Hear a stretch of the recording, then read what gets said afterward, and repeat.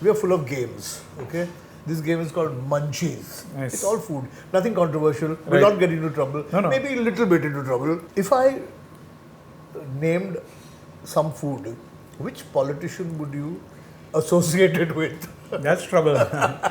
No, it can be nice and sweet. If I say jalebi, Jalebi is a very accessible sweet dish. okay, It's also a sweet dish where you don't have to put it in a bowl, spoon. Take it, you're in a wedding, take a piece, walk with it. I would say from that accessibility point of view, the man now I'm closely associated with, the Chief Minister of Maharashtra, has that flavor. okay. He's someone who's accessible. He's someone who who I've seen, I'm moving away from food, but I've seen in many ways is sometimes too accessible.